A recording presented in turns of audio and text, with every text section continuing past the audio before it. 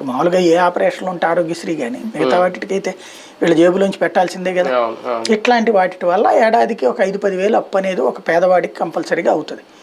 ఆ 10,000 డబ్బులే వీళ్ళు తీరుస్తుంది. ఇదైనటువంటి సందర్భంలో రేపొద్దున దానికే బద్ధకం వచ్చేసిందంటే ఇప్పుడు వాస్తవంగా అయితే పని ఎవరు మానేయట్లా, పని ఖర్చు పెరుగుతున్నది.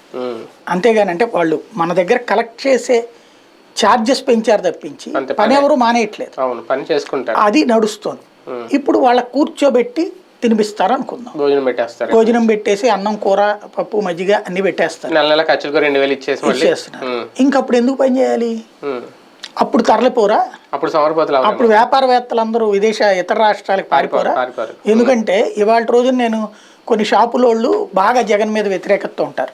వాళ్ళు ఎందుకు అని అడిగినప్పుడు మీకు ఏమైనా చేశాడు, మీకు ఏమైనా ట్యాక్సులు పెంచాడా, మీ దగ్గర ఏమైనా లంచాలు వసూలు చేస్తాం. మామూలుగా ఇదివరకటి రోజుల ప్రభుత్వాల మీద ఎందుకు వ్యతిరేకత ఉండేదని నేను మొదట్లో ఫీల్డ్లో చూసినప్పుడు కమర్షియల్ ట్యాక్సెస్ చూడని, ఆ ట్యాక్స్ అని ఈ ట్యాక్స్ చూడని వెంటపడి వేధించి మళ్ళీ ఏదో ఒక నాయకుడితో చెప్పిస్తే కొంత తీసుకుని, ఆ నాయకుడు కొంత తీసుకుని, వీళ్ళు కొంత తీసుకుని, చివరికి అసలు కంటే కొసరు ఎక్కువైపోయి వ్యాపారం మానేసుకుని వీళ్ళ చుట్టూ తిరగడం జరిపోయేది.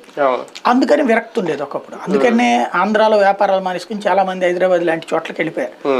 అదే ఇప్పుడు వచ్చేటప్పటికి అట్లాంటి బాధ ఏమైనా పెడుతున్నాడా, మళ్ళీ ఇతను ఏమైనా జగన్మోహన్ రెడ్డి ఏమైనా వసూలు చేస్తున్నాడు లేదా? మేము బాగా చూసిన బెజవాడ గుంటూరు ఏరియాల్లో ఈ రౌడీ మామూళ్ళు వసూలు చేసేవాళ్ళు షాపుల దగ్గర.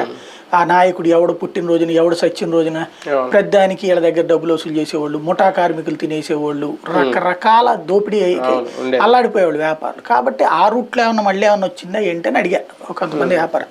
అయితే అదేం కాదండి, పనోడు ఎవడు దొరకట్లేదండి, 10,000 అడుగుతున్నాడు ప్రతి ఒక్కడు, 10,000 రూపాయలు ఎట్ట గిట్టుబాటు అవుద్దండి అంటున్నా. మరి ఇప్పుడు 10,000 రూపాయలకి ఇప్పుడు పనోడు అంటే రేపు పొద్దున వ్యవస్థగా కూర్చోబెట్టి పెడతారంటే అప్పుడు ఎంతకు వస్తారు? మరి అప్పుడు ఏమవుతుంది? వ్యవస్థలు బాగుపడతాయి. కానీ వీటన్నిటికంటే మరొక కీలకమైంది సిపిఎస్ రద్దు